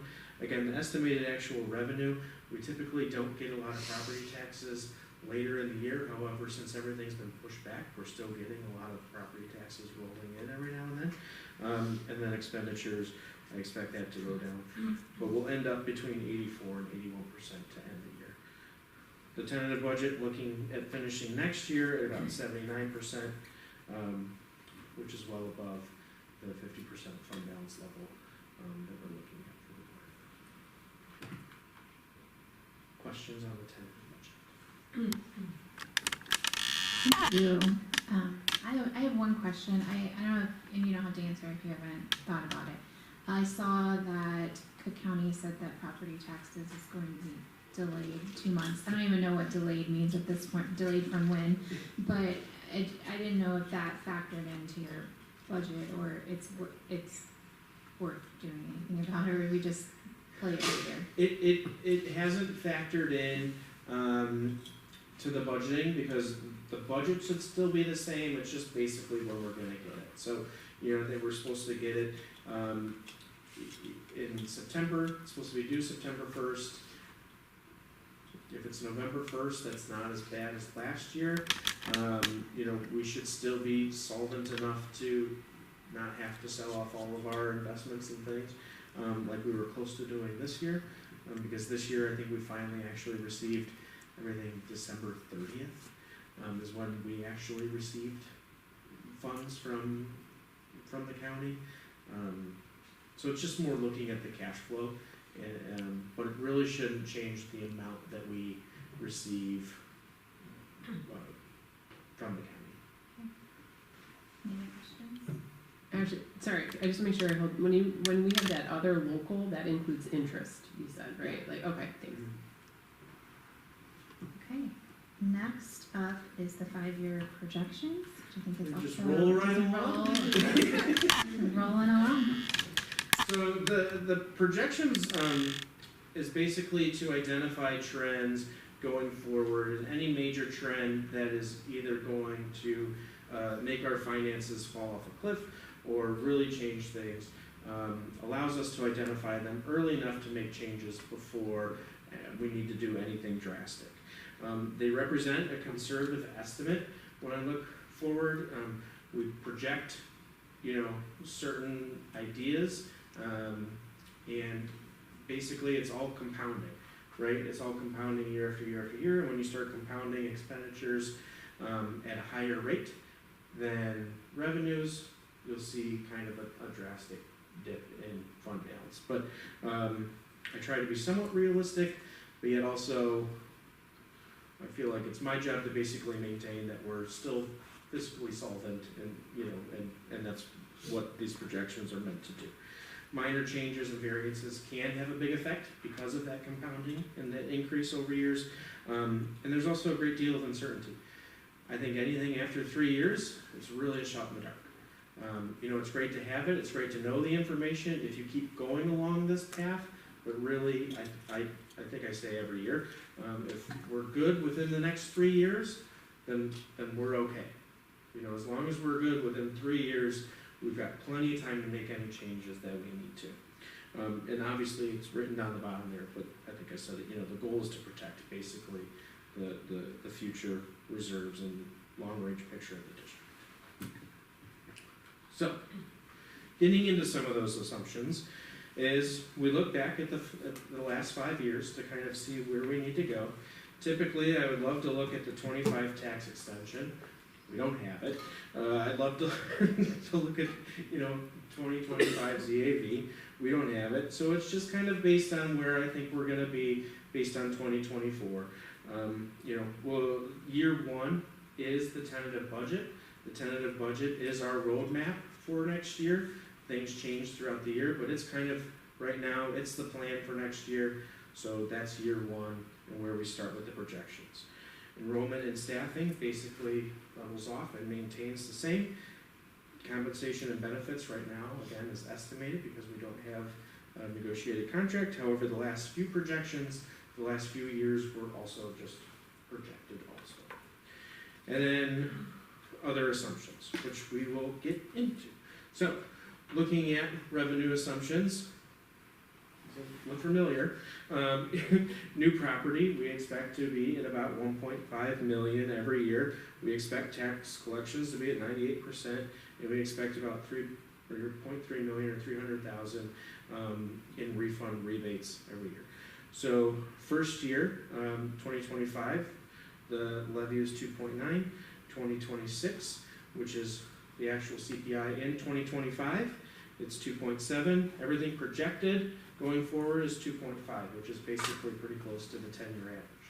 Now, going forward next year, we don't know what CPI is going to be yet, but right now we're trending around 3, maybe a little higher than that. Interest rates, we're still maintaining at 2.5%. State and federal revenue, basically maintaining flat also. This year, we were expected to get about $1,100 additional in evidence-based funding. That's literally a drop in the bucket when it comes to evidence-based funding. So everything is basically maintained flat. Same thing with federal grants. Last year when we did projections, we did 2 sets of projections. We did federal grants basically maintaining, and we did federal grants at 50%.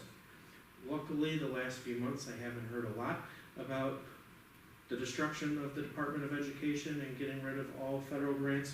So this year we're just kind of maintaining everything at our current levels. No increase, no decrease, but basically just maintaining what we're getting. Projections, assumptions for expenditures, salaries.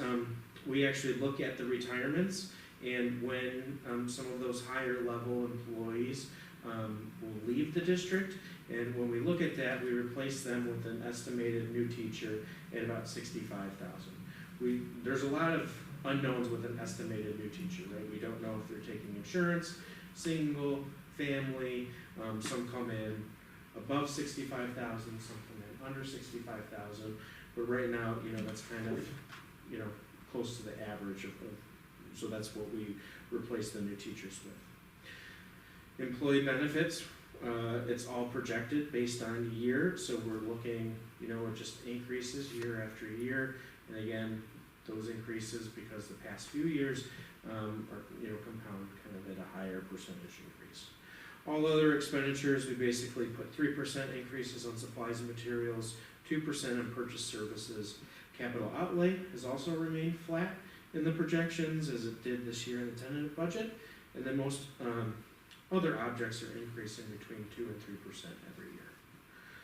So now when we go and look at those estimated actuals, and then we look at the tentative budget, which is year one, and then everything is projected out for the next 3 years, 5 years, sorry. Over the next 5 years, you can see that the deficit increases year after year in the projections, and that's mostly due to expenditures being estimated to increase at a higher rate than revenues. But we are still within those 5 years maintaining that 50% fund balance at the end of 5 years. So still very healthy within the next 5 years, even with those increased expenses. The rainbow graph that everybody seemed to love last year. Just a quick explanation again. So each rainbow, if you will, is covering a different fund that represents all of the operating funds. And each color of the rainbow represents a different fiscal year moving forward for each one of those funds. So each one on the left represents FY21, and then as you move along in the middle, you get to the current year, and then you move all the way to the right for each fund, and the yellow is the projected FY 2031 ending fund balance for that year. The yellow line or green line on top represents the total ending fund balance for the year. So you can kind of see last year FY25 was the highest. It dips down because of all of the transfers and everything that we had for the capital projects at the 2 elementary schools last year, or this year, sorry. And then it kind of, you see it slowly dipping down in the last 5 years. Moving along, looking at operating revenue projections. So this is just the revenue section kind of blown up for the next 5 years. You can kind of see there property taxes increasing. So the property taxes increase at a higher rate than that 2.5 because that rebate, the 300,000 rebate gets back added to the tax reels on that. But overall, you see total revenue at the bottom increasing less than the 2.5% because everything else is remaining flat. So when you look at the biggest portion getting 2.5%, but everything else remaining flat, we're slightly over 2% each year. Looking at operating expenses, very similar. So salaries and benefits at the top, overall ranging between 4.7 and 2.6%. Overall, though, you can see at the bottom expenditures increasing from a projected 31.2 million next year to 35.1 million in 2031.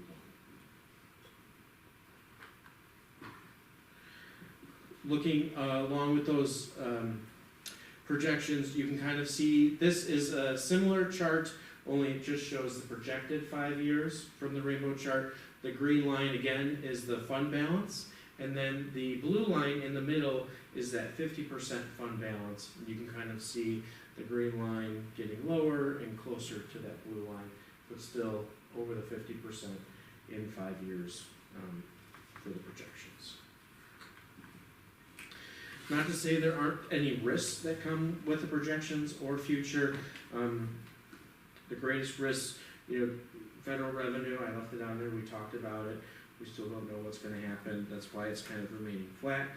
Tax refund rebates could affect the district. CPI less than 2%. Obviously, when 85% of our revenue is based on property taxes, when we can increase it only less than 2%, that would have an effect. And again, growing over a year when that happens is just a risk. Delays in funding is a risk because it involves the interest, right? So the interest is part of that. And if we do have to sell off some of those reserves in order to, CDs or other investments in order to maintain, we're losing interest income when we have to do those types of things. Special ed tuition, it increases every year.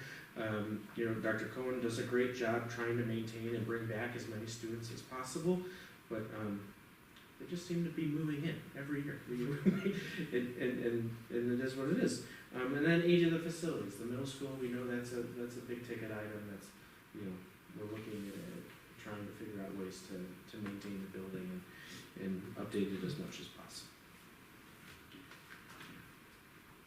Any other questions? Any questions? Still love the rainbow graph, thank you. Any questions, comments?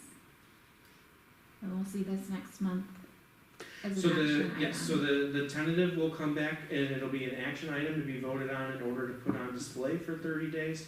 And then it'll be on display between the day after the July board meeting all the way up to the day before the September. Thank you. Final finance committee item, 26-27 school meal fees.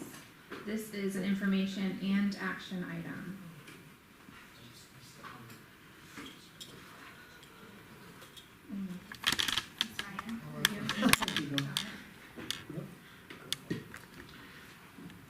So looking at the finances for the food service program, it's recommended to increase the cost of each lunch by 15 cents and each milk sale by 5 cents and maintain the cost of breakfast for 1 more year. This is the first year we brought breakfast back to Indian Grove, and it was very successful. The students loved it. The teachers liked the idea of it. Sales were great, so I want to maintain the cost of breakfast for 1 more year in order to kind of continue to grow that program. And then the food service costs are increasing. We have to increase the cost by 10 cents, and then just looking at the financials, it was recommended to add an extra 5 cents on top of that in order to make up some revenue differences for lunches. Overall, it's less than $26 for the whole year, and about 75 cents additional per week if you get lunch every day at school. Okay, I'm gonna take a motion and then we can comments and we can ask questions. Sorry. No, I jumped ahead. no, I think I did it in the right order, but then to discuss it, we have to. So, I hereby entertain a motion and a second to accept the Finance Committee's recommendation and approve the 26-27 school meal fees as follows. Elementary lunch, $3.60. Middle school lunch, $4.25. Milk, 65 cents. And breakfast, $2. Moved by Camardo. Second. Second by Friedland. Any questions, comments? Oh, I see. Oh, sorry, go ahead. I can answer. Okay. It was just on. Oh, okay. I will not be voting yes for this because, I can see increasing it by the amount that we have to increase it because the federal government says you have to add the 9. I don't see adding the extra nickel. It kind of goes along with the phrase nickel and diming people. And I just don't agree with that, so I won't be voting yes. Thank you. I mean, my question about the extra 5 cents, is it to reduce, I did notice there was a negative fund balance, so is it to close the gap of that amount? Exactly, yeah. Right. I also wanted to add that I, as a kid who took advantage of breakfast at Indian Grove, I appreciate that effort and certainly open to like seeing how they evolve it and change it, but I'm glad to see breakfast back in all the schools. Any other feedback? Okay, let's vote. Camardo, Yes. Johnson, No, Fisher, Yes, and Friedland is also yes. motion passes. it's the majority of the quorum. Sorry, it's just new. Yeah. Just wanna make sure I'm following the rules. All right. Next on the agenda is the president's report. Couple upcoming events. Summer office schedule. We are, I guess, district office. Right, closed June 19th and July 3rd for the holidays. Our next board meeting is July 21st. On the next agenda, superintendent's report. My favorite time of night. All right. So I have 3 big chunks in my report tonight because we are rounding out the fiscal year. So you're going to get a little sneak peek of the strategic plan, partly because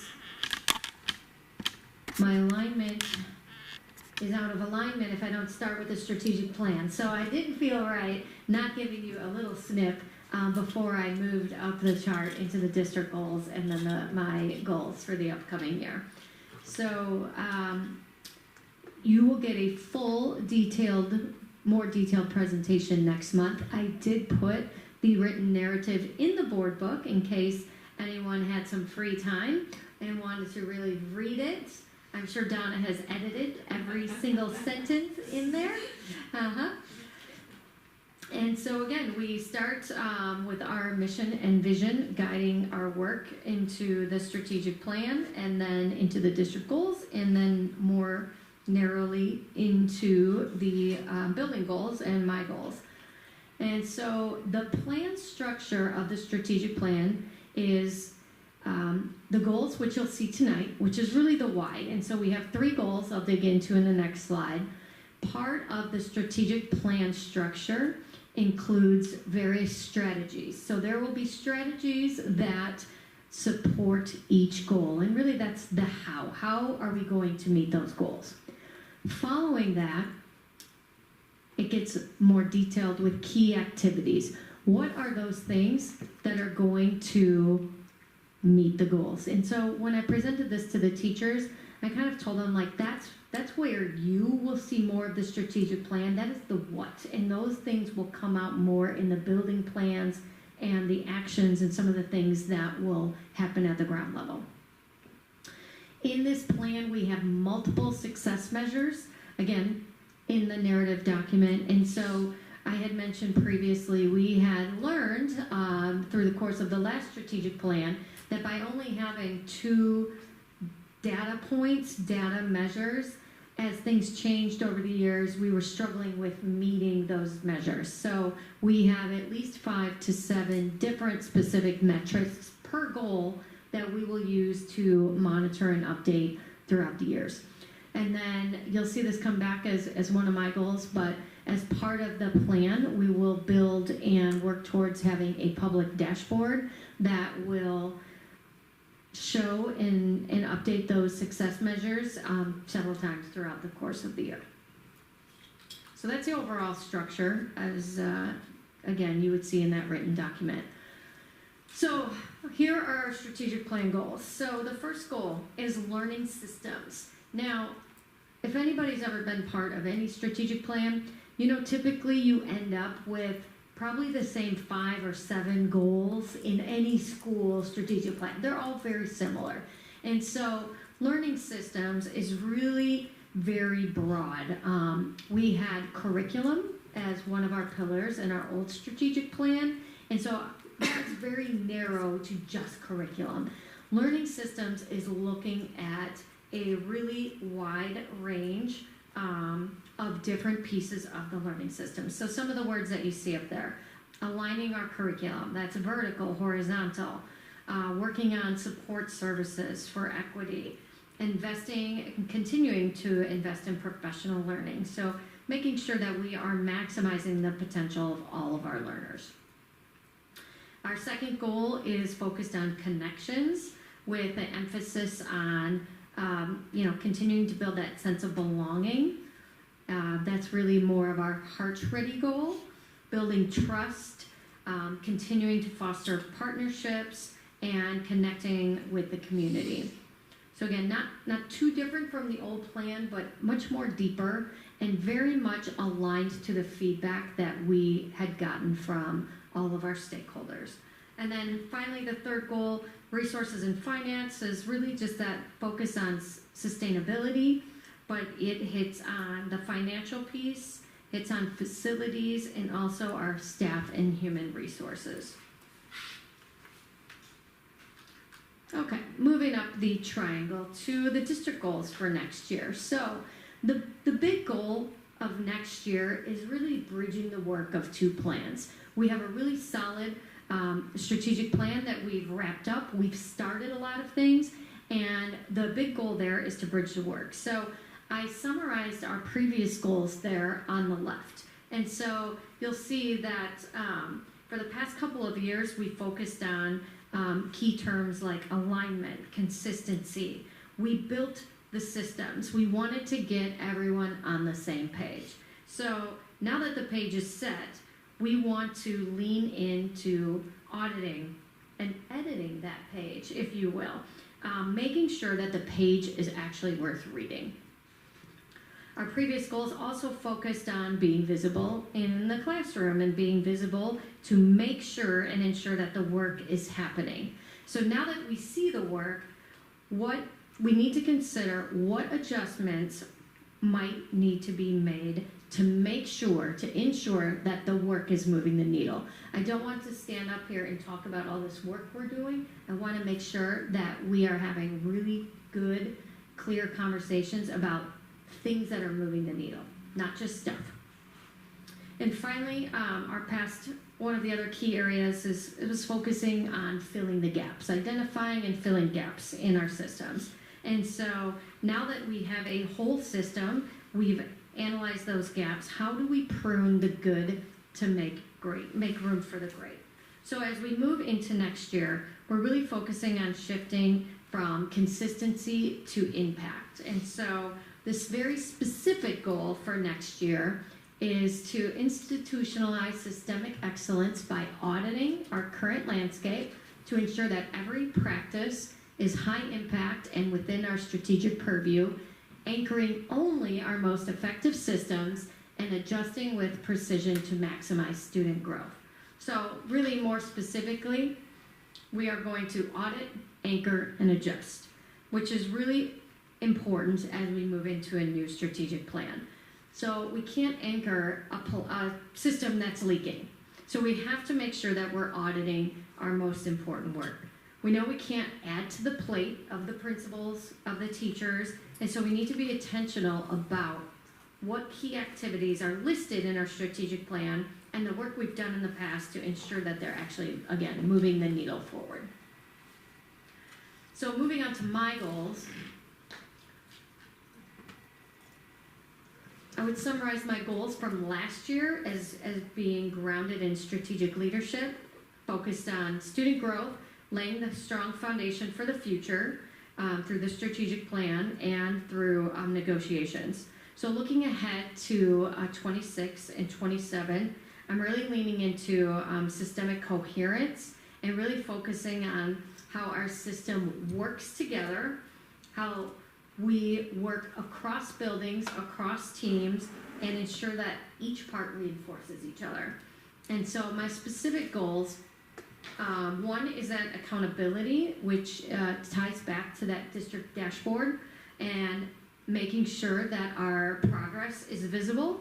And so I will work toward, and we usually have regular updates to the board, but it'll be a little bit more crisper and cleaner in terms of the strategic plan. I know that there's also a feature in Board Book that you can tag your strategic plan goals to the reports. And so, again, making that visible to the board is another way to just be very deliberate and purposeful on those reports. And creating a system of updating that so that it becomes systemic and that becomes a regular piece of how the district updates their work. My second goal is calibration, and that is really to keep the door open and expand it across buildings. So I put more details in the board report in terms of my goals for this, but some of the things that I am kicking around or that I plan on doing for key activities is one, I do learning walks and I spend time with principals in their buildings anyways. I would like to get principals in each other's buildings and doing some of those walks together. We've talked about getting coaches cross buildings and opening the door in each other's buildings. Kyle referenced today how we brought the BLT teams together at the beginning of the year. So all of that cross-pollination, if you will, is an area that I really want to lean into in terms of that goal. The last goal focuses on the district culture. So, we know that Heart Ready is an important piece of the district, and we also know from our Trust Edge training that trust within the organization is the backbone of growth. And so when trust increases, so does morale, productivity, and retention. And so continuing to lean into trust, but also make sure that with a new plan, again, doesn't come more to do, more pressure, that I'm keeping a pulse on the culture of the district and that we're continuing to move ahead in a really healthy, trustworthy manner. And that's about as summary as I can get. Is that okay? Louis, you like that? Yes. Questions? Thoughts? Thank you. Okay. Do you have any? I don't have any questions. I'm just super excited about the dashboard. Yeah. Like I mean, this is how I know that I'm in my 40s because I like a dashboard. And gardening. No, I'm just kidding. But I am very excited about it so that we can kind of look at things so that they aren't static and you don't have to go out to the Illinois report card every 5 minutes to double check on how we're doing whatever. So, yeah, thank you.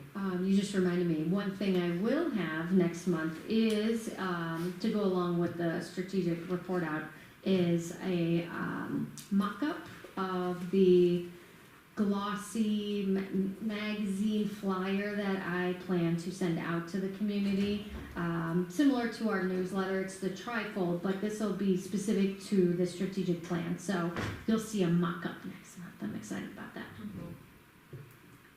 I was thinking about trying to put these, like, we spiraled back and it hooks so nicely into the strategic plan. Like, you think, like, first of all, there's a lot of work that a lot of the team and the community and all the feedback has given over the course, but it helps you redefine your purpose. It's an important administrative, like, thing to do, because hopefully it also gives you opportunities to have these conversations with staff and team, and people get to have input on what they're building together over the next 5 years versus being given something. I did actually have one question about about the not having specific targets, which I like. Like, I like being able to have something that's like a little bit more fluid. So will those be, I mean, obviously they'll be very intentional, but will those alter on like a needs base? Like, so as we move forward, like, we'll be revisiting and spiraling back, just to keep using the common terminology, but to specific pieces that we think are key for that, like for that year, or how is that exactly gonna work? Yeah, so we've developed the success measures to be for the course of the whole plan. And so you'll see an end success measure. There's multiple. And then the dashboard will report on those, like, year-over-year trends. And so you'll basically have the end goal and then our progress towards that as the year goes on. Okay, but the items will remain the same throughout. Okay. Yep. You mean the items, meaning the targets? Whatever, yes, Yeah, whatever yeah. the target, yes. Yep. Thank you. Mm-hmm. Okay, thank you. So next on the agenda is future topics. There are no pending items to come before the board. Are there any future topics for consideration? No. I read the minutes from your guys' board. Mm-hmm. What do you call it? The plan, the training. Yeah, the board training, and it looked like that was one of the results, was having future topics, have like a nice structure to them, like a clear purpose, communicated. So I appreciated that as an outcome. So I'd assume if there was gonna be one tonight, then that would have been completed and you would have known that. I've been emailed about it. Okay, It's like just But I'll, Following up this on, is the process, items? yeah, Yeah. this is the process. I thought that was a great outcome. Okay. All right, with nothing further to come before the board, I hereby entertain a motion and a second to adjourn at 9:12 p.m. So moved. I'll second. Moved by Friedman, second by Camardo. And Camardo, Yes. Pfister, Yes, Friedman, yes, and Johnson. Yes. Motion carries. thank you. Good night, everybody. That was a Great great job. night. Yeah, don't forget cookies.